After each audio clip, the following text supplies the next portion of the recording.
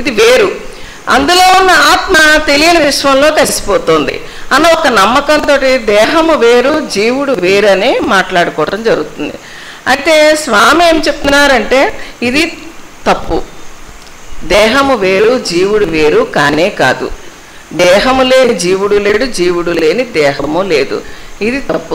దానికి ఆయన వివరణ ఎలా ఇస్తున్నారంటే కేవలము మరణ సమయముందు జరుగుతున్న విషయాన్ని మాత్రమే మనం పరిగణలోనికి తీసుకొని దేహం నాశనం అయిపోతుంది, ఆత్మ ఎక్కడికో వెళ్ళిపోతుంది కాబట్టి దేహం వేరు జీవుడు వేరు అని మనం అనుకోవడము తప్పు. ఎందుకంటే జనన సమయంలో ఉన్నటువంటి విషయాన్ని కూడా మనం పరిగణన తీసుకోవాలి. అంత్యమే తీసుకుంటున్నాం కానీ ఆది తీసుకోవటం లేదు. ఇది తప్పు. జనన సమయంలో జరుగుతున్నటువంటి విషయాన్ని కూడా మనం పరిగణలో తీసుకున్నట్లయితే తల్లి గర్భంలోంచి భూపతనం అయినప్పుడు శిశువు అందులో జీవం ఉంటేనే తన్నే శిశువుగా మనం పరిగణించడం జరుగుతుంది. ఆ శిశువులో కదలిక జీవం లేదనుకోండి, దాన్ని గట్టిగా మనం సంపాదిస్తున్నాం. అంటే జీవం లేకుండా అక్కడ దేహం లేదు, దేహం లేని జీవము కూడా అక్కడ లేదు. కాబట్టి స్వామి ఏం చెప్తున్నారంటే దేహాన్ని విడిచి జీవుడు కానీ జీవుడిని విడిచి దేహం కానీ లేదు. ఏ జీవి ఏ దేహాన్ని అయితే అనుసరిస్తుందో, ఏ దేహం ఏ జీవిని అయితే అనుసరిస్తుందో అవి అకల్పాంతం వరకు కలిసి ఉంటాయి. ఒకటి విడిచిపోవటం అనేటువంటిది జరగదు. దీనికి స్వామి ఏం చెప్తున్నారంటే ఒక ఉదాహరణ మనం కూడా చెప్తూ ఉంటాం. సృష్టిలోని ప్రతి అణువు ఈశ్వర రసస్వరూపం అనేటువంటి విరాట్ రూపంతో నిండిపోతుంది అనేది. అయితే దీనికి ఒక గ్లాసులతో ఉదాహరణ చెప్పారు స్వామి.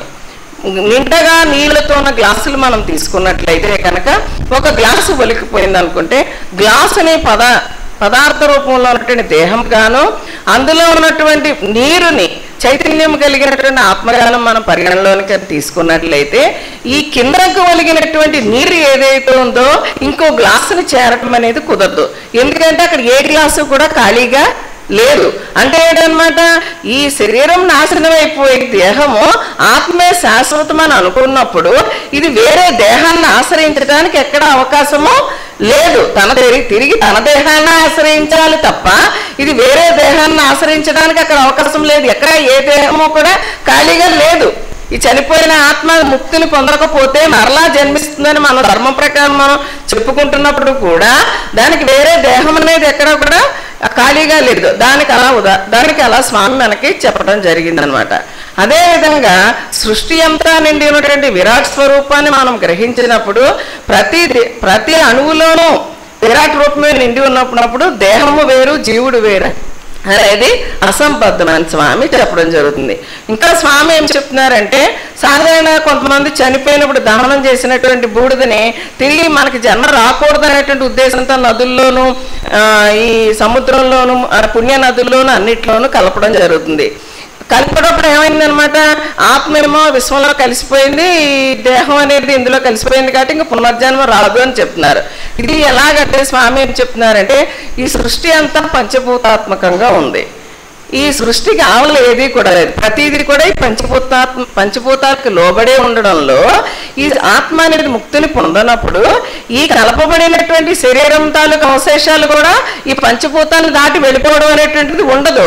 తిరిగి ఆ ఆత్మ ఏదైతే జీవాన్ని పొందాలని అనుకుంటే ఈ నదుల్లోనో లేకపోతే ఇక్కడక్కడ నిమజ్జనం చేయబడినటువంటి ఈ దేహాణువులు కూడా మళ్ళీ ఒక రూపం పొంది ఆ దేహాన్ని ఈ జీవి అనుసరించాలటండి. అదనమాట. అంతేగాని దీనికి వేరే దేహం అనేది ఎక్కడా ఖాళీగా అనేటువంటిది లేదు. ఈ నిజం మనకి ఎప్పుడు తెలియబడుతుందట, ఈ పంచభూతాత్మకమైనటువంటి సృష్టిని అతీతమైనటువంటి విరాట్ రూపం ఏదైతే ఉందో ఆ విరాట్ రూపం యొక్క విశ్వరూపాన్ని మనం గ్రహించినప్పుడు దేహము వేరు జీవుడు వేరు అనేటువంటి విషయం లేదు. దేహమే జీవుడు జీవుడే దేహం అనేటువంటి విషయం మనకు బోధపడుతుందట. ఎందుకనమాట, ఈ జన్మరాహిత్యం పొందినటువంటి ఆత్మ ఏదైతే ఉందో జీవుడు ఏదైతే ఉన్నారో ఆ జీవుడు దేహ సహితంగానే ముక్తిని పొందడం జరుగుతుందట.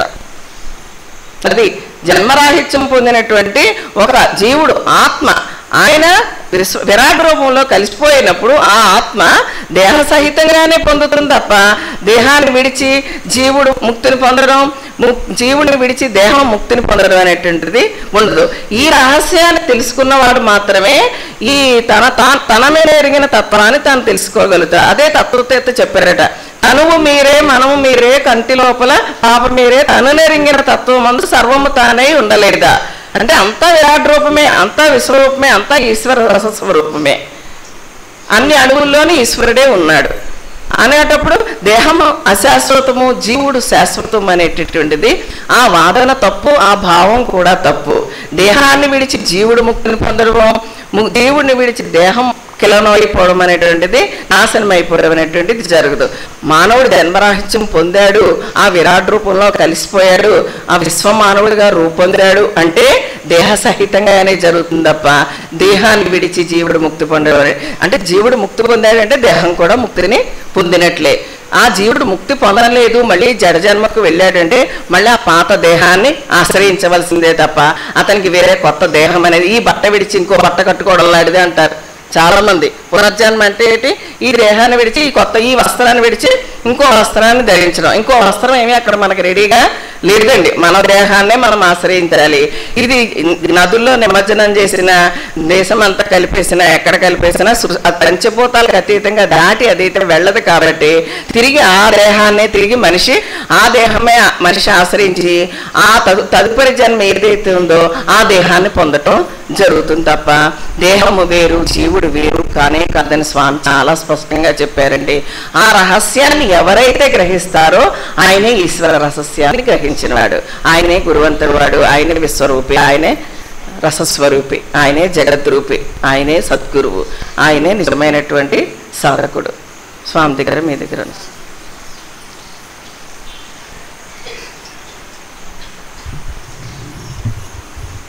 జీవుడు వేరు దేహం వేరు కాదు అనేటువంటి విషయాన్ని శాతత్వంలో అవతారి హుస్సేన్ షా సద్గురువారు చెప్పిన విషయాన్ని చాలా చక్కగా చెప్పినటువంటి కోమల్ గారికి అభినందనలు. బిరదా ఉమా గాయత్రి సామర్లకోట.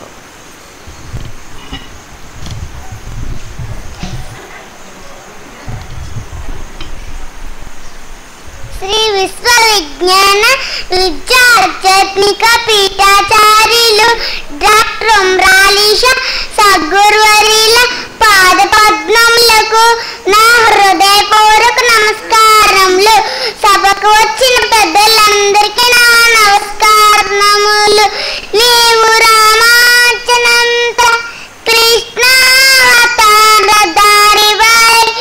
భక్తులను బ్రోచి దయదలంచి ఉన్న మహనీయ పూజందు ఒక్కడవును కలుషగత వేషభూష ఆ కైలలీష కలుషగత వేషభూష ఆ కైలలీష.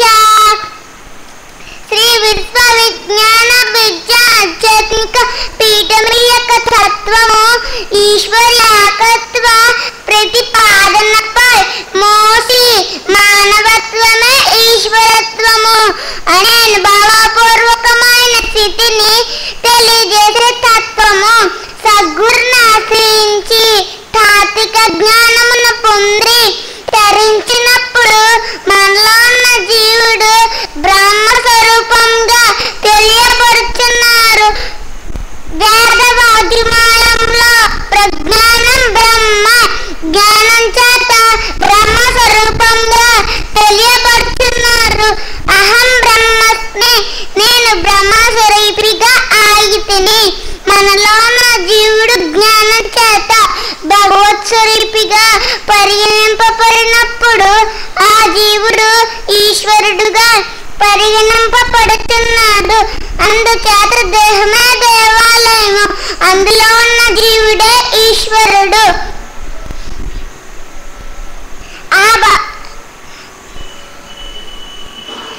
దేహ దేవాలయ ప్రోక్త జీవ దేవ సనాతన. ఆ భగవత్ స్వరూపం మనలో ఉన్నందున ఆ దేహము ఆలయం కింద సంకోచపడినందున అది మానవతా దేవాలయం అని చెప్పబడుచున్నది. అటువంటి మానవ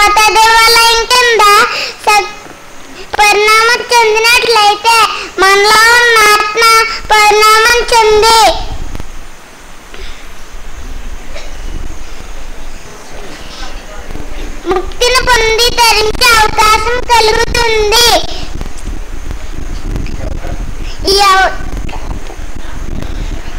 84 లక్షల జీవరాశులను శాల్వం చేసుకుని వచ్చిన వాసనలన్నిటినీ తొలగించుకోవాలి.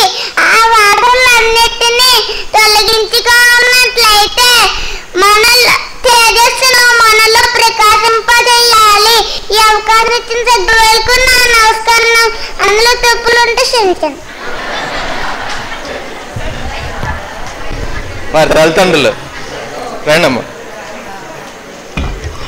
మరి ఉమాగాయత్రి బిరదా ఉమాగాయత్రి చూసి పిల్లలంతా కూడా ప్రేరణ చెందాలి. మీరు కూడా నిలబడ్డారు పిల్లలు వెనకాల, వచ్చే వారం చెప్పాలి ఉపన్యాసం. ఆ విధంగా తల్లిదండ్రులు పిల్లల్ని ప్రోత్సహించి మంచి ఆధ్యాత్మిక రహస్యాలు గ్రహించి భారత పౌరులుగా పరిణామం చెందేటట్టు కృషి చేయవలసిందని మనవి.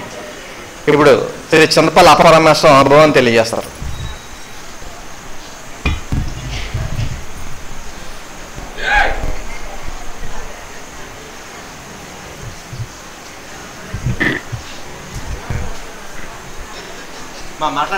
శ్రీ విశ్వవిజ్ఞాన విద్య ఆధ్యాత్మిక చక్రవర్తులకు శాస్త్రాంగ ప్రమాణములు సభ్యులకు సభ్యేతరులకు నా హృదయపూర్వక నమస్కారములు. పీఠాధిపతులు ప్రవచనం వారి నోటంట వచ్చిన వాక్ని ఏ పరిస్థితుల్లోనూ ఏ కాలంలోనూ మనం తప్పించుకోలేము. అది జరిగి తీరుతుంది. ఏదో మాట వరుసగా అన్నారు కదా గురుదేవుడు, అది జరుగుతుందా అనుకుంటే అది పొరపాటు. బహుదిన భాష గురుదేవుడు ఉపన్యాసం చెప్తూ ఇది ఈశ్వర వాక్కు, దీని ఎవరో అనుగురించడం కానీ బట్టి పట్టడం కానీ చేయకండి, ప్రయత్నం చేయకండి, అది సాధ్యం కాదని చెప్పారు గురుదేవులు. ఓహో అనుకున్నాను, నేను పట్టించుకోలేదు. తదుపరి కాలంలో తత్వప్రబోధం గ్రంథం వచ్చింది. వచ్చిన ఫస్ట్ టైము ఆ గ్రంథం నేను చదువుతుంటే ఒక వెండి అక్షరాలా కనపడుతుంది. నేను పళ్ళు అలా వెళ్తున్నాయి కానీ వెండి అక్షరాలాగా కనపడుతున్నాయి. ఎన్నిసార్లు చదివినా నాకు పని తీరలేదు ఆ గ్రంథాలు. ఏమైనప్పటికీ దీంట్లో ఒక అర పేజీ ఒక 10 లైన్లన్నా బట్టి ఎక్కడైనా ఎవరికైనా చెప్పాలి మనం ఆ పదాలు అని ఒక కోరిక కలిగింది నాకు. చదివే 2-3 లైన్లు 4-5 పట్టా చదివివ్వండి, మళ్ళీ పుస్తకం ముచ్చి మళ్ళీ మర్చిపోయేవాడిని. ఇలా కొద్ది రోజులు అయిన తర్వాత ఇంకా లాభం లేదు, చిన్నగా చెప్తే కాదు ఇది గట్టి ప్రయత్నం చేయాలని చెప్పేసి ఒకనాడు ఉదయం లేచి మంచం మీద కూర్చొని పుస్తకాలు దగ్గర రఫ్ పేపర్ దగ్గర పెన్ దగ్గర బట్టి ఇంపోర్షన్ రాసేద్దాం దీన్ని, అప్పుడున్నా రాకుండా ఉంటుందా మనకి ఇది అని చెప్పేసి నేను ప్రయత్నం మొదలుపెట్టాను. ఈ లోపల మా ఆవిడ అటు ఇటు ఆ పని చేసుకుంటూ లోపల అటు ఇటు తిరుగుతూ నా వంక చూసి ఏమండి మోదీ భాష గురుదేవుడి గురించి ఒక మాట అన్నారో ఉంది. ఏంటి నా గురించి అన్నం ఏంటండి, ఇది ఆవిడకి తెలీదు నాకు తెలీదు, నేను వేసి పని ఏంటో ఆవిడకి తెలీదు. మాస్టర్ని చిన్న చిన్న చూడకమ్మా ప్రయోగాలు చేస్తుంటాడు అప్పుడెప్పుడు ఉన్నారండి గురువుగారు ఇది గురించి అన్న. ఓహో స్వామి ఇది ప్రయోగమే రాది అని చెప్పేసి ఆగ్రహాల నుంచి దాన్ని విడిచిపెట్టాను. ఇవాళ వరకు గ్రంథం చదువుతూనే ఉన్నాను, తనివి తీరలేదు. అయినప్పుడు ఒక సెంటెన్స్ ఇంకా నాకు ఆ స్వామి యొక్క వాక్కు ప్రవచనం దాన్ని మనం తిరగలేదు. ఇది నా మొదటి అనుభవం. 2, నేను సిద్ధివేరి పనిలో ఉద్యోగం చేస్తున్నాను. మోదీ భాష గురుదేవులు అన్నారు, మాస్టర్ మీరు వెళ్ళేటప్పుడు వచ్చి చిన్నగా వచ్చి నాకు కనిపించి మీరు వెళ్ళండి సిద్ధివేరి పోవాలన్నారు. ఇది జరగన్నారెడ్డి గురువు గారు ఇక్కడికి వచ్చి కనిపించి వెళ్ళబోతుడు వాడు బస్సు పోతుంది, నేను స్కూల్కి వెళ్ళానంటే అటు ఫ్రీగా మాట్లాడేసుకోండి బాబు, అది ఎలా సాధ్యం బాబు, బస్సు వస్తుంది బాబున్నాను. బస్ టైం మారిపోతుంది మాస్టర్ మీకు అన్నారు. సరిగ్గా బస్ టైం మారిపోయిందండి. అలా పొద్దున్న వచ్చి స్వామి దగ్గర వచ్చి కలుసుకుని అక్కడికి వెళ్ళేవాడిని. ఒకనాడు మాట్లాడితే మాస్టర్ నేను మన ఊరి నుంచి వస్తున్నాము, దారిలో ఒక అతనితో నాకు గొడవ వచ్చింది, నేను ఏమండి అని చెప్పేసి ఎంతో ఆప్యాయతగా ఎంతో ప్రేమగా మాట్లాడుతుంటే ఏటయ్యా నువ్వేటయ్యా అని చెప్పేసి చాలా వరస్ట్గా మాట్లాడాడు మాస్టారు. అటువంటి పరిస్థితి వచ్చినప్పుడు మనం తగ్గకపోతే కుట్లాట వరకు వస్తుంది, అది మనం తగ్గిపోవాలా, కాబట్టి నేను తగ్గిపోయిన మాస్టారు అన్నారు గురుదేవుడు. ఇది నాకు ఎందుకు చెప్పారో అనుకున్నాను. నేను వెళ్ళాను, ప్రథమ సిద్ధివారికి వెళ్ళిపోయాను. అటు మళ్ళీ సాయంత్రం వచ్చాను, పిఠాపురం బస్ కాంప్లెక్స్ దిగాను, సోడా తాగాను. డబ్బులు ఇవ్వమన్నాడు, నేను 9 పైసలు ఇచ్చాను. ఇదేటయ్యా 2 పైసలు ఇస్తాను 10 పైసలు అన్నాడు ఆయన. అది కాదండి, 6 పైసలు ఒకటి 3 పైసలు 9 పైసలు అయింది కదా, మీకు సరిపోయింది కదా సోడాక. నేను అలా కదా 10 పైసలు అన్నాడు. అలా కాదండి, నేను చెప్పేది 12 ఏళ్ళు 2-3 సార్లు 4 ఇస్తాను, గబ్బు లేచి పైకి ఏటయ్యా అన్నా అన్నాడు. అప్పుడు జ్ఞాపకం వచ్చింది, ఇవాళ ఉదయం చెప్పాడు గురుదేవుడు, ఏదైనా మాట వస్తే మాత్రం మనం పక్కకు తప్పవాలి బాబు, లేకపోతే కుట్లడ వరకు వస్తుంది అని చెప్పేసి అది ప్రతి లిప్త కూడా ఎలాగ శిష్యుని కాపాడుకోవాలో చెప్పారు. ఇవి 2 చిన్న అనుభవాలు ఈ రోజుని అంటే నేను చెప్పాలని మహామహోపాధ్యాయులు ఉపన్యాస కేసరి అవతారి మోదీ భాష గురుదేవుడు పుట్టినరోజు ఇవాళ.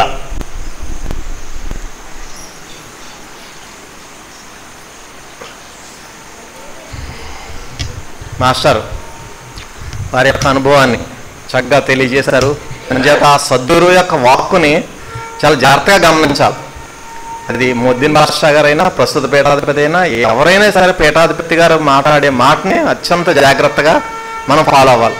అది మాత్రం ప్రతి ఒక్కరు కూడా గ్రహించవలసింది మనవి. చక్కటి అనుభవం చెప్పినటువంటి మాస్టర్ కృతజ్ఞతలు. స్వామి యొక్క ప్రసంగాన్ని అందరూ కూడా అత్యంత భక్తి శ్రద్ధలతో వినాల్సిందిగా మనవి. దయచేసి సెల్ ఫోన్స్ ఆలస్యంగా వచ్చిన వారు కూడా సెల్ ఫోన్స్ కట్టేయాలి.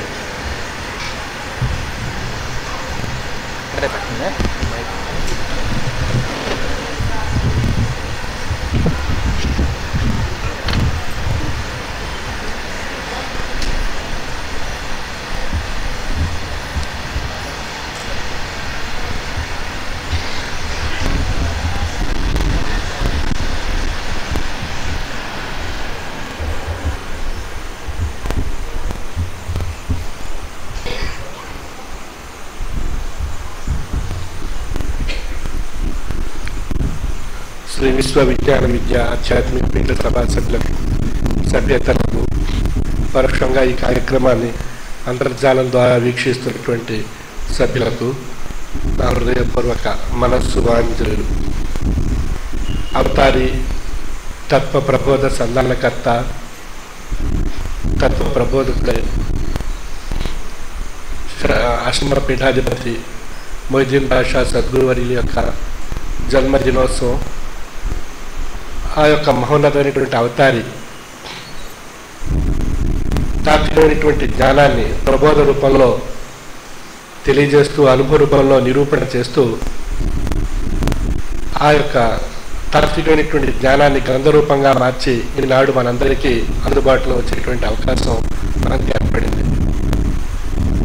అవతారి యొక్క వాక్కు, అవతారి యొక్క మహోన్నతమైనటువంటి శక్తి జ్ఞానము ద్వారా మాత్రమే ఆ యొక్క వాక్కు యొక్క శక్తిని మనం గ్రహించడానికి అవకాశం ఉంది, అనుభవ రూపంలో తరించడానికి అవకాశం ఉంది. అంతే మనం జ్ఞానం అనేటువంటి విషయంపై దృష్టి పెడితే లక్ష్యంతో ఆ వాక్కు యొక్క శక్తి మనకి నిరూపణ కాబడదు. స్వామి ఆశీర్వాదం చేశారు, ఈ విధంగా మనకు ఆశీర్వాద రూపంలో మనకు తెలియజేశారు, అది జరుగుతుందా లేదా అనేటువంటి మీమాంసలో ఎప్పుడైతే భ్రాంతి రూపంగా మనసు మారిపోయిందో అప్పుడు మనకు చుట్టూ ఆవహించింది ఏది అన్నప్పుడు భ్రాంతి. ఆ భ్రాంతి మనకి ఆ వాక్కుపై, ఆ వాక్కులో ఉండేటువంటి శక్తిని గ్రహించకుండా అజ్ఞానమైనటువంటి చీకటి మనలో కలిగిస్తుంది. ఆ అజ్ఞానం చేత మనకు నిర్లక్ష్యం ఏర్పడుతుంది. ఆ నిర్లక్ష్యం చేత మనం ఆ యొక్క వాక్కు వైపై మన యొక్క మానసికమైనటువంటి ప్రసరణ మనకు జరగదు. అప్పుడు మనకు అనిపిస్తుంది ఆ ఆశీర్వాద రూపమైనటువంటి శక్తి మనకు ఫలించలేదు అనేటువంటి భావన మనకు ఏర్పడుతుంది. భావం తద్భవతి. మన యొక్క భావ లక్ష్యంతో కూడినటువంటి జ్ఞానస్వరూపంగా ఉండి తెలుసుకుని తరించాలి, దీనిలో ఉండేటువంటి యథార్థం, ఆ వాక్కులో ఉండేటువంటి యథార్థం, ఆ ఆశీర్వాదంలో ఉండేటువంటి శక్తిని గ్రహించాలి అనేటువంటి తాత్వికమైనటువంటి తపన మనలో ఉన్నప్పుడే ఆ యొక్క మహోన్నతమైనటువంటి శక్తి మనకు తెలియబడుతుంది. ఉదాహరణ, మనం ఆకలి వేసినప్పుడే మనం కావలసినటువంటి పదార్థాన్ని భోజన రూపంలో మనం స్వీకరించగలుగుతున్నాం. ఆకలి అనేటువంటిది మనలో ఏర్పడకపోయినట్లయితే మనకు అక్కడ పంచభక్ష పరమాణాలు ఏది తెచ్చిపెట్టినా కూడా మనం స్వీకరించలేము. కారణం ఆకలి అనేటువంటి స్వరూపం మన యొక్క జీర్ణాశయం నుండి మన మేధస్సుకి సాంకేతికాల రూపంలో పంపించకపోవడం చేత, మనకు ఆకలి అనేటువంటి లేకపోవడం చేత అక్కడ ఉన్నటువంటి పదార్థాలు మన యొక్క జీవకు, మన యొక్క దృష్టికి ఎంతో ఆనందంగా కనిపించినప్పటికీ కూడా మనం స్వీకరించలేకపోతున్నాం. కారణం అక్కడ నిరాసక్తితో కూడినటువంటి ఆకలి అనేటువంటిది లేకపోవడం చేత. అదేవిధంగా మనం స్వామి యొక్క ఆశీర్వాద రూపమైనటువంటి శక్తి మనం గ్రహించాలి అనేటువంటి తాత్విక చింతన ఉన్నట్లయితే, మనం జ్ఞానము ద్వారా ఆ వాక్కు యొక్క శబ్దాన్ని గ్రహించినట్లయితే మనకు అందులో ఉండేటువంటి శక్తి తెలియబడుతుంది. ఆ విధంగా ఆ యొక్క జ్ఞాన రహస్యం అంతా కూడా మనం గ్రహించేటువంటి అవకాశం మన సృష్టికర్త మనకు మేధాశక్తి ద్వారా ప్రసాదించడం జరిగింది. అంటే జ్ఞాన మహాసభలు తెలుపు జ్ఞానము దేహమునందు ఆత్మ విజ్ఞానం ఏ గతిని కలుగజాలునో, ఎట్లని ముక్తి పొందునో, దేనిని గ్రహించిన నిజము తెలియనో, ఆ వివరములన్నీ మానసికంగా తెలియ మార్గము వేరు కాదని అంచనాలట. అంటే మన యొక్క మానసిక రంధ్రము అన్నప్పుడు మన యొక్క మానసికమైనటువంటి లక్ష్యంతో మనం ఏదైతే జ్ఞాన మహాసభలో సద్గురు ప్రబోధితమైనటువంటి వాక్కు నుండి వెలువడేటువంటి అభౌతికమైనటువంటి శక్తి మనం గ్రహించగలిగేటువంటి స్థాయిగా మన పరిణామం చెంది ఉన్నట్లయితే ఆ వాక్కు యొక్క శక్తిలో ఉండేటువంటి తరంగాల యొక్క మౌనమైనటువంటి శక్తిని మనం గ్రహించడానికి అవకాశం ఏర్పడుతుంది. దీన్ని ఉదాహరణ రూపంలో తీసుకున్నట్లయితే, టీవీ కేంద్రం నుండి వెలువడేటువంటి కిరణాలు మన యొక్క టీవీలో ఛాయాచిత్రం రూపంలో మనకు ఏర్పడుతున్నాయి అన్నట్లయితే, అక్కడ ఆ కేంద్రం నుండి ఆ కిరణాలు వెలువడాలి. మన యొక్క టీవీలో రిసీవర్ వాటిని ఆ కిరణాలను గ్రహించాలి. అప్పుడే మనకు ఆ ఛాయాచిత్రం ఆ యొక్క స్క్రీన్ పై మనం చూడగలుగుతున్నాం. ఆ విధంగా ఆ యొక్క అభౌతికమైనటువంటి వాక్కు యొక్క శక్తి నిరంతరం వెలువడుతూ ఉంటుంది. అది గ్రహించేటువంటి రిసీవర్ అన్నప్పుడు లక్ష్యము అనేటువంటి రిసీవర్ మనలో అది పరిపూర్ణంగా ఉన్నట్లయితే అప్పుడు ఆ యొక్క కిరణాలను గ్రహించేటువంటి శక్తి మన యొక్క రిసీవర్ పొంది ఉండడం చేత మనకు ఆ వాక్కు యొక్క కిరణాల యొక్క శక్తి మన యొక్క మనస్సు అనేటువంటి హృదయంపై ఛాయాచిత్రం రూపంలో ఏర్పడుతుంది. ఆ విధంగా మనం పొందినటువంటి విషయం మన యొక్క మనసుకి అనుభవ రూపంలో తెలియబడుతుంది. ఏదైతే మన యొక్క మనసుకి అనుభవ రూపంలో నిరూపణ కాబడిందో అది మన యొక్క దృష్టిలో అది ఒక గొప్ప మహత్యంగా తెలియబడుతుంది. అంటే అవతారి ఆయా కాలాల్లో, ఆయా రూపాల్లో, ఆయా విషయాలను మనకు ప్రసాదిస్తూ ఆయా మార్గాలు మన యొక్క ప్రయాణాన్ని జ్ఞానం ద్వారా గ్రహించదలిచేటువంటి తాత్వికమైనటువంటి ప్రబోధనలు మనకి చేయడం జరిగింది.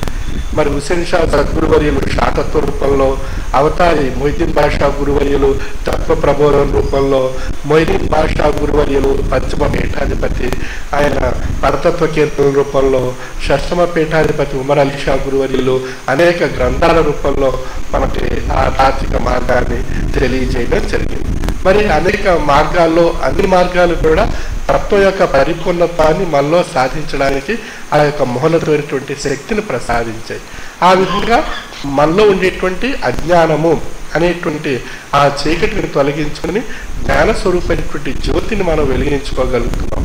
ఆ జ్ఞాన స్వరూపమైనటువంటి జ్యోతి చేత మనలో ఉండేటువంటి జీవ చైతన్య శక్తి స్వరూపాన్ని కలిగినటువంటి ఆత్మ ఈ దేహాన్ని ఆశ్రయించి ఉండి ఆ యొక్క దేహము ఈ యొక్క చైతన్యవంతమైనటువంటి శక్తి స్వరూపం కలిగినటువంటి ఆత్మ సహితం కాబట్టి అది జ్ఞానము చేత ముక్తిని పొంది తరించడం జరుగుతుంది. అంచేత జ్ఞాన మహాసభం తెలుపు జ్ఞానమునందు దేహమునందు జ్ఞాన మహాసభం తెలుపు జ్ఞానం దేహమునందు ఆత్మ విజ్ఞానము ఏ గతిని కలుగజాలునో, ఎట్లని ముక్తి పొందునో, దేనిని గ్రహించిన నిజము తెలియనో, ఆ వివరములన్నీ మానసికంగా తెలియ మార్గము వేరు కాదని అంతరాలట.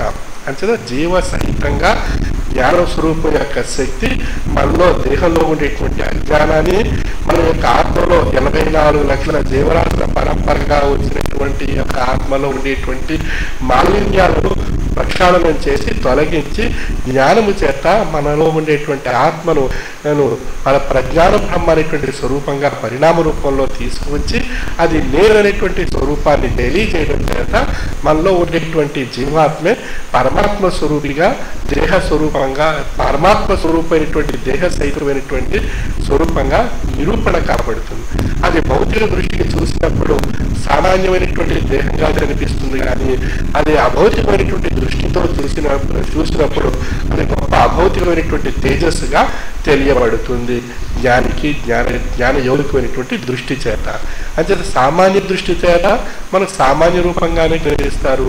జ్ఞాన యోగికమైనటువంటి దృష్టితో చూసినట్లయితే జ్ఞాన స్వరూపమైనటువంటి తేజస్సుగా కనిపిస్తారు మనకి. ఆ విధంగా అవతారాలు ఎప్పుడూ కూడా మన యొక్క దృష్టిని బట్టి వారి యొక్క శక్తి మనకు నిరూపణ కాబడుతుంది. మనం సామాన్యమైనటువంటి దృష్టితో చూసినట్లయితే సామాన్యంగానే మన దృష్టికి కనిపిస్తూ ఉంటారు. జ్ఞాన యౌగికమైనటువంటి దృష్టితో చూసినట్లయితే వారు జ్ఞాన యౌగికమైనటువంటి తేజస్సుని మనలో ప్రసరింపజేస్తారు.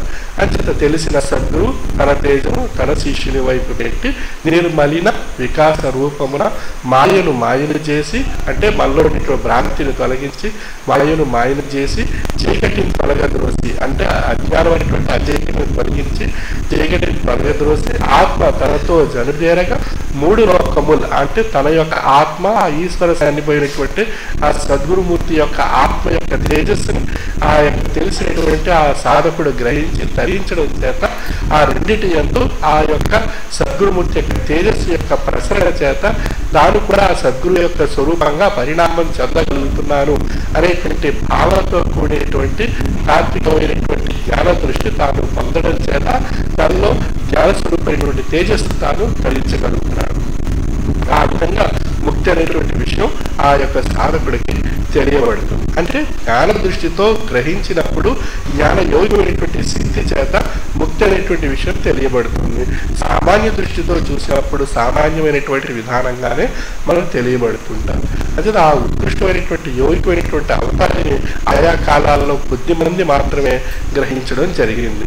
మరి క్రీస్తు భగవాని కాలంలో కొంతమంది శిష్యులు మాత్రమే ఆయన్ని ఒక దివ్య అభౌతికమైనటువంటి శక్తిగా గ్రహించడం జరిగింది. ప్రవక్త వారిని కూడా ఆయన కాలంలో కొంతమంది మాత్రం ఆయన గ్రహించడం జరిగింది. అదేవిధంగా కృష్ణ భగవాని కాలంలో ఆయన కూడా కొంతమంది మాత్రమే గ్రహించడం జరిగింది. శ్రీరామచంద్రమూర్తిని కూడా కొంతమంది మాత్రమే గ్రహించడం జరిగింది. మరి ఈ విధంగా జగముల ధర్మము నెరపల్పగా ఈశ్వరుండక దివ్య వ్యక్తిని పంపును యుగ యుగములకు అక్కడే ఆ సగుణాత్మకుడైన సారసాక్షుడు అంటే అని చెప్తున్నారు తత్వవేత్త. ఈ జగత్తులో ఆ ఈశ్వరవాణి యొక్క వాక్కు ఒక అవతారిగా ప్రవక్తగా ప్రభువుగా తాత్వికుడిగా యోగిగా అవతరించి అమూల్యమైనటువంటి ధర్మాన్ని జ్ఞానాన్ని మానవానికి శాసించడం చేత ఈనాడు మనం ఆ యొక్క యోగికమైనటువంటి ఆధ్యాత్మిక జ్ఞానం వైపు మన యొక్క దృష్టి మరల్చగలుగుతున్నాం. ఆ యొక్క అవతారులు కానీ ప్రవక్తులు కానీ ప్రభువులు కానీ సద్గురువులు కానీ యోగులు కానీ తాత్వికులు కానీ లేకపోయినట్లయితే ఈనాడు మనలో అజ్ఞానము అనేటువంటి చీకటి ఆవహించి భ్రాంతి అనేటువంటిది ప్రకృతిలో మనలో విస్తరింపజేసి మనలో ఉండేటువంటి అరిషడ్ వర్గాలను ఉద్రేకపరిచి మన యొక్క మనస్సును అల్లకల్లోలం చేసి మన యొక్క జీవన వ్యవస్థ అస్తవ్యస్తం కాబట్టి అజ్ఞానం అనేటువంటి చీకటితో భ్రాంతిలో పడిపోయి ఈ మానవాళి అంతా కూడా ఈ సృష్టిలో అంతరించిపోయేటువంటి ప్రమాదం ఏర్పడి ఉండేది.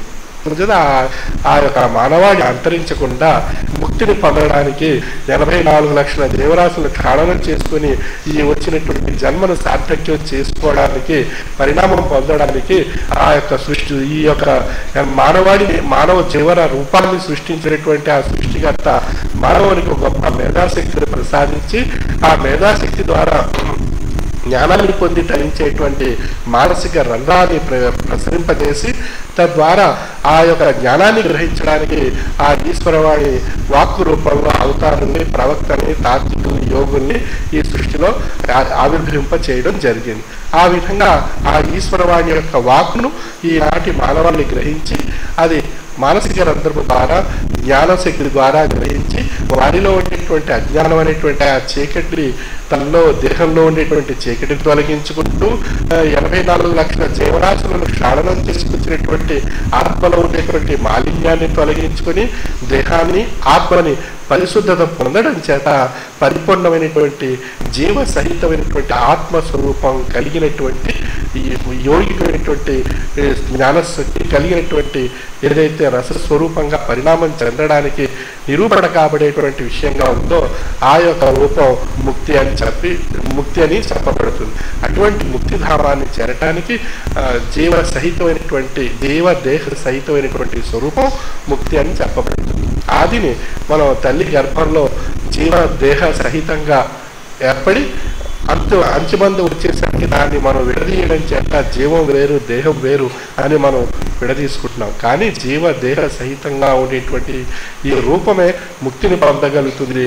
జీవ దేహ సహితం కానిటువంటి రూపం ఏదైతే ఉందో అది పంచభూతాల్లో కలిసిపోయి మళ్ళీ దడజన్మలకు పోయి తిరిగి అది 84 లక్షల జీవరాశుల పరంపరగా ప్రయాణం చేసి మానవ మనుగడలో మానవ జీవరూపం వస్తే కానీ దానికి జ్ఞానము ద్వారా ఆ యొక్క మానవ జీవరూపానికి ముక్తి అనేటువంటిది లేదు అనేటువంటి విషయం మనకు తెలియబడుతుంది. అటువంటి ఉత్కృష్టమైనటువంటి యోగికమైనటువంటి తాత్విక జ్ఞానంపై మోసి ఉన్నటువంటి తత్వస్వరూపము శాస్త్రీయబద్ధమైనటువంటి నిరూపణతో తెలియజేసేటువంటి అనుభవపూర్వకమైనటువంటి తత్వము శ్రీ విశ్వవిజ్ఞాన విద్య ఆధ్యాత్మిక పీఠం యొక్క తత్వము. అంతే శాతత్వం అనేటువంటి గ్రంథాన్ని మనం తీసుకుని 1-4 సార్లు చదివినట్లయితే విశ్లేషించుకుంటూ చదివినట్లయితే దాంట్లో అనేక రకాలైనటువంటి విషయాలు యథార్థాన్ని మనకి ఒక్కసారి ఒక్కొక్క అర్థాన్ని ఇస్తూ మళ్ళీ ఇంకోసారి వచ్చినప్పుడు మరొక అర్థాన్ని ఇస్తూ ఆ విధంగా అనేక అర్థాలను కలిగిస్తూ ఉంటాయి. అన్ని అర్థాలను సమీకరించుకొని మన లక్ష్యంతో చూసినట్లయితే అందులో ఒక యథార్థమైనటువంటి శక్తి మనకు కనిపిస్తుంది. ఆ యథార్థమైనటువంటి శక్తే శాతత్వం యొక్క తేజస్సు. ఆ తేజస్సు అది వాక్కు, ఆ వాక్యే తేజస్సుగా ఆ పుస్తక రూపంలో మనకు వెలువడింది. అదేవిధంగా అవతారి ముహయ్యిద్దీన్ బాషా సద్గురు వారి యొక్క వాక్కు గ్రంథ రూపంలో తత్వ ప్రభుత్వ రూపంలో మనకు ప్రసాదింపబడింది. ఆ విధంగా ఆ వాక్కు యొక్క శక్తి మనం గ్రంథాల రూపంలో ఈనాడు మనకు స్వామి మనకు ప్రసాదించారు. ఆ ప్రసాదించినటువంటి ఆ తాత్విక గ్రంథాల వైపు కొంత సమయాన్ని మనం వెచ్చించినట్లయితే ఆ తత్వ గ్రంథాల్లో ఆనాటి కాలంలో ఆ పీఠాధిపతి చెప్పినటువంటి తత్వం యొక్క విషయం, ఈనాటి కాలంలో తత్వం యొక్క విషయం, పూర్వ పీఠాధిపతుల యొక్క తత్వం యొక్క విషయం, ఇవన్నీ కూడా మనకు అర్థం కాబడతాయి. విపులంగా విశ్లేషించుకునేటువంటి శక్తి ఏర్పడుతుంది. దాని ద్వారా మనకి జ్ఞాన వికాసం వృద్ధి చెందుతుంది. జ్ఞాన వికాసం చేత మనకు ఏ పీఠాధిపతి ఏ కాలంలో ఏది చెప్పారు ఆ చెప్పినటువంటి త్రోవలన్నీ అన్నీ కలిగినట్లయితే ఏకత్వం అనేటువంటి త్రోవ మనకి కనిపిస్తుంది.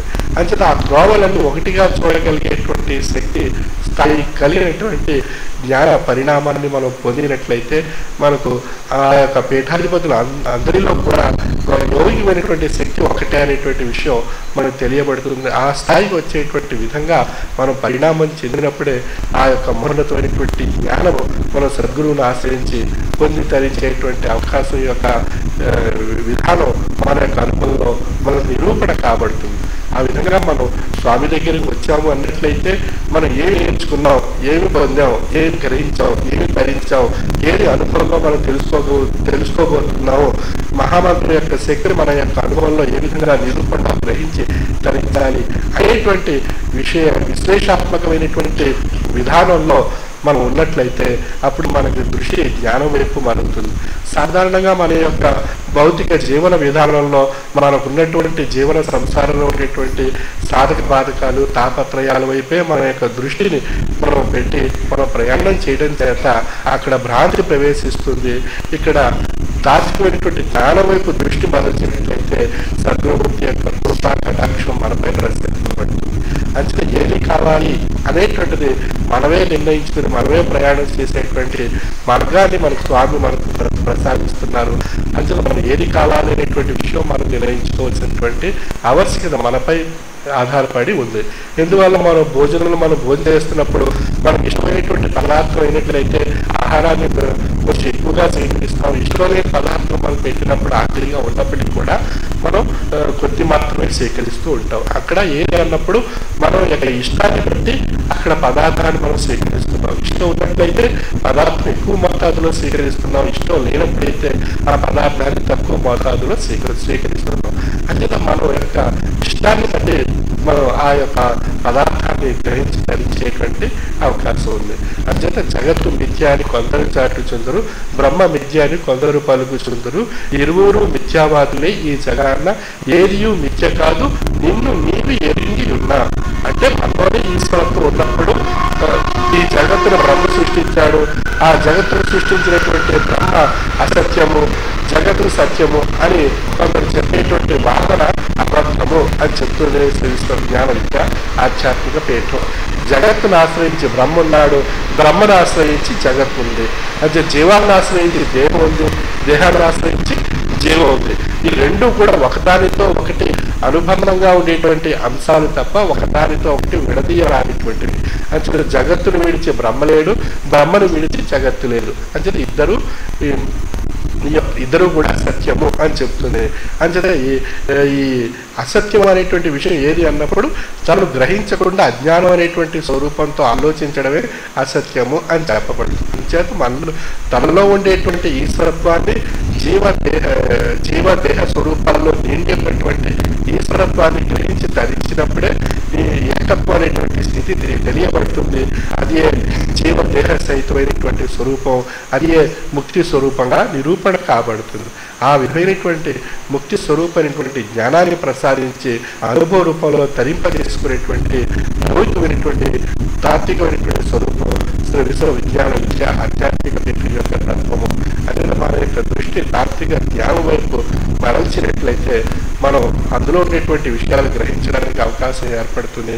గ్రహించి అందులో ఉండేటువంటి యథార్థాన్ని ధరించవలసిందిగా మనల్ని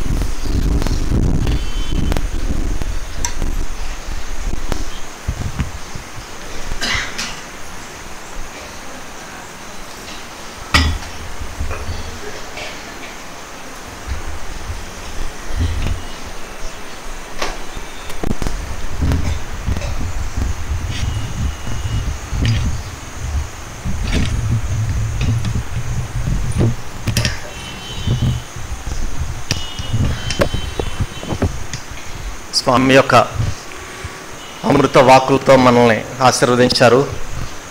పీఠాధిపతుల యొక్క వాక్కు, సద్గురువు యొక్క వాక్కు మన యొక్క అనుభవంలో నిరూపణ కాబడుతుంది అని చెప్పి స్వామి మనకు తెలియజేశారు.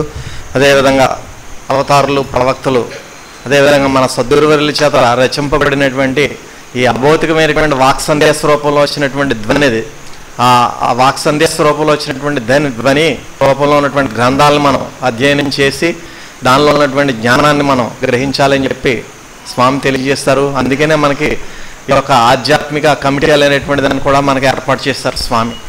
మరి ఆ ఆధ్యాత్మిక కమిటీ రేపు 13, 14 తేదీల్లో మనకి ఇదే ప్రాంగణంలో ఏర్పాటు చేయబడింది. కాబట్టి ఎవరెవరైతే పేర్లు పంపించారో ఆ పేర్లు పంపించినటువంటి వారు వారే కాకుండా వారితో పాటు మొదటి 3 బ్యాచ్ల వారు కూడా తప్పనిసరిగా మళ్ళా ఏం ఫోన్ రాలేదండి, మెసేజ్ రాలేదండి అని అనకండి. గతంలోనే మీకు తెలియచేయడం జరిగింది.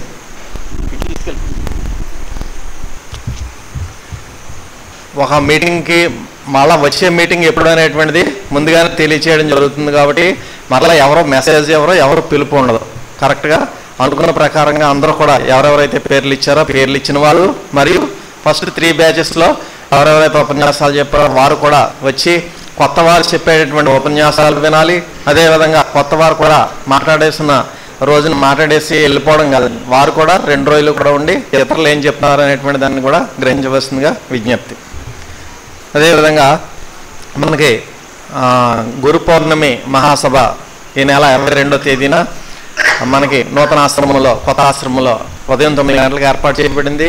ఆ రోజున స్వామి మహామంత్రాన్ని కూడా ఉపదేశిస్తారు. ఆ గురు పౌర్ణమి మహాపుణ్యకాలం కాబట్టి మంత్రం పొందాలని ఆసక్తిగా ఉన్నటువంటి వారు ఆ రోజున ఉదయం 9 గంటలకు సభ తీసుకొచ్చినట్లయితే స్వామి మహామంత్రం, సభానంతరం మహామంత్రాన్ని ఉపదేశించడం జరుగుతుంది. తర్వాత మనకి ఈ యొక్క కొత్త ఆశ్రమంలో అనేక పనులు జరుగుతున్నాయండి. ఆ పనులు జరిగినటువంటి వారందరికీ కూడా స్వామి అక్కడ భోజనాలు ఏర్పాటు చేస్తున్నారు. ఆ భోజనాల ఏర్పాటులో కొంతమంది స్త్రీమూర్తులు మాత్రం వారు వచ్చి చాలా చక్కగా సేవ చేసుకుంటూ స్వామి యొక్క ఆశీస్సు పాత్రలు అవుతున్నారు. మరి ఇంకా ఆ విధంగా మనం స్వామి యొక్క ఆశీస్సు పొందాలి అని అక్కడికి వచ్చినటువంటి ఆ సభ్యుడికి వంట చేసి పెట్టడంలో మనం సహాయపడగలము అని అనుకున్నటువంటి మహిళలు ఎవరన్నా ఉన్నట్లయితే మీ ఇష్టం. ఒక వారం రోజులుండి సేవ చేయాలనుకుంటే వారం ఉండొచ్చు, వారం ఉండడం కష్టం అనుకున్న వాళ్ళు లేదా 4 రోజులు ఉండొచ్చు, లేదా 4 రోజులు కాదు ఒక 2 రోజులు కనీసం. అలాగా మీరు ఎన్ని రోజులు ఉంటాం అనేటువంటిది మీరు సావిత్రి గారికి మీరు పేరు ఇచ్చినట్లయితే మీరు ఇచ్చినటువంటి డేట్స్ ప్రకారంగా టైం టేబుల్ వేసేస్తారు ఆవిడ. అంచేత అక్కడ సేవ చేసుకునేటువంటి వారికి మీరు చక్కగా భోజనం వండడంలో సహాయం చేసినట్లయితే అది కూడా ఒక రకమైనటువంటి సేవ. స్త్రీమూర్తులకి అవకాశం కల్పించబడింది. ఏ గ్రామస్తులైనా సరే హారతి అయిపోయిన తర్వాత మీరు సావిత్రి గారిని కలండి, కలిసి ఎవరెవరైతే మీరు ఆ కొత్త ఆశ్రమంలో భోజనాల దగ్గర సేవ చేయాలని అనుకుంటారో వండే దగ్గర మీరు పేర్లు ఇవ్వాల్సిందిగా మనవి. ప్రతి ఒక్కరు కూడా సేవ చేసుకునే అవకాశాన్ని ఇస్తున్నారండి స్వామి. ఇది మహత్తరమైన భాగ్యం. మనకి ఏ పీఠాధిపతి కాలంలోనూ కూడా చాలా తక్కువగా ఉండేది సేవ చేసుకునే అవకాశం. ఈ మహానుభావుడి కాలంలో మనకి సేవ చేసుకునే అవకాశం అన్ని రంగాల్లోని కూడా, చదువుకున్న వారికి చదువుకున్న రంగంలో అవకాశం, చదువు లేని వారికి చదువు లేని రంగంలో, అలాగే కష్టపడే వాళ్ళకి కష్టపడే రంగంలో, ఒకటి కాదండి అన్ని రకాలుగా స్వామి సేవ చేస్తూ మనం స్వామి యొక్క హృదయంలో ఉండేలాగా, స్వామి హృదయంలో మనం ఉండేలాగా మంచి అవకాశం ఇచ్చారనమాట. ఆనాడు ఆంజనేయుడికి వానర సైన్యానికి శ్రీరాముడు ఏ విధంగా అవకాశం ఇచ్చారో ఈనాడు ఈ శ్రీరామచంద్రమూర్తి మనకి ఈ రకమైన అవకాశం ఇచ్చారు. కాబట్టి స్త్రీమూర్తులు అందరూ కూడా సద్వినియోగం చేసుకోండి అమ్మా. మీరు 2 రోజులు అయితే 2 రోజులు, 4 రోజులు అయితే 4 రోజులు, 6 రోజులు అయితే 6 రోజులు, మీరు ఏ విధంగా చేయాలనుకుంటే ఆ రకంగా మీరు సావిత్రి గారికి మాత్రం కనిపించి పేర్లు ఇచ్చి వెళ్ళవలసిందిగా విజ్ఞప్తి చేస్తున్నాం.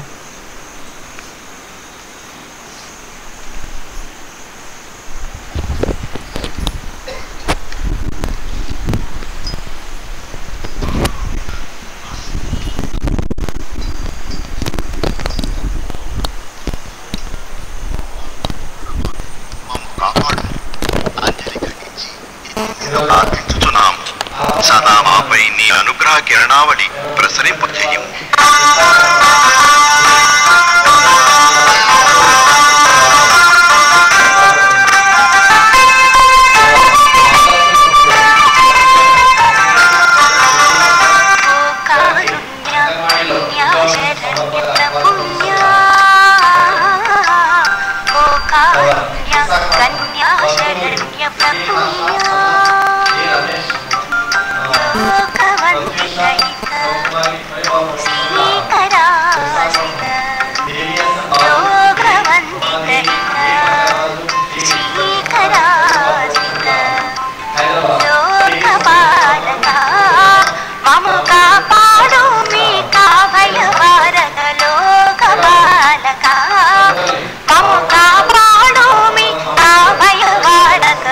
కారు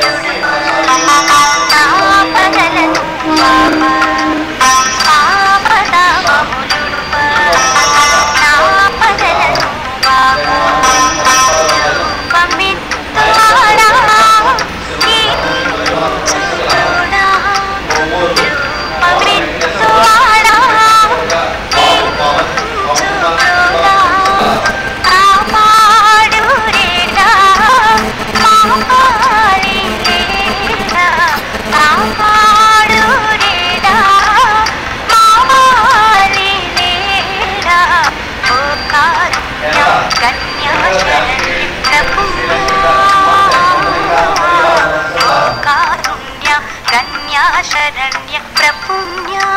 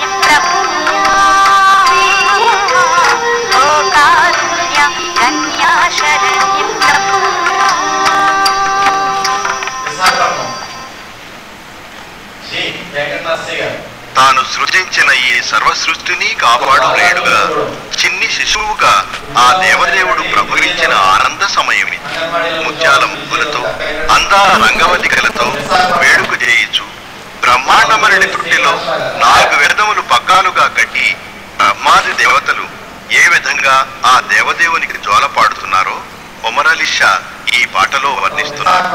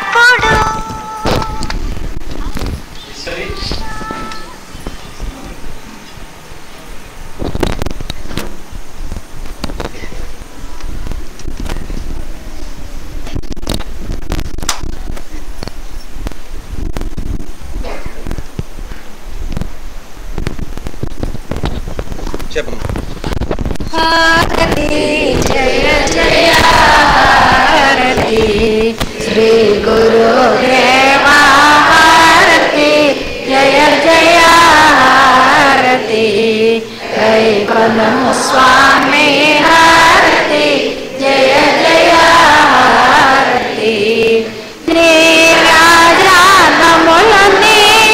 పేరు పేరున కూర్చి నీరాజనములని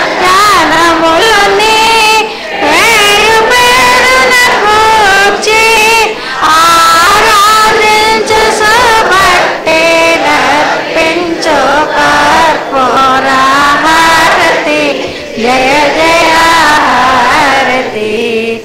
శ్రీ గురుదేవ హారతి జయ జయ హారతి వైకుంఠము స్వామి హారతి జయ జయ హారతి పరమ భక్తుల జన వరిత సజీవనులు పరమ భక్తుల జన వరిత సజీవనులు తరములో మోచి వీరే పల్లె తముడ నిత్యో హారతి జయ జయ హారతి శ్రీ గురుదేవ హారతి జయ జయ హారతి వైకుంఠము స్వామి హారతి జయ జయ హారతి పరతత్వాదే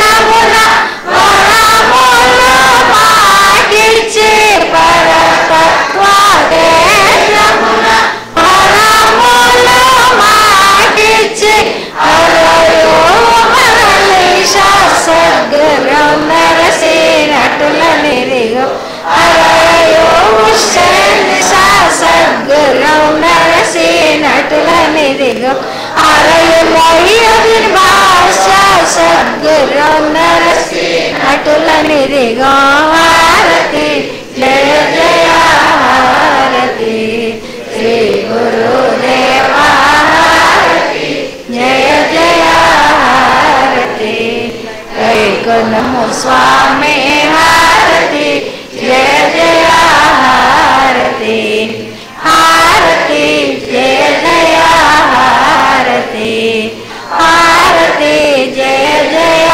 హారతి ఓం శ్రీ సద్గురుభ్యో నమః.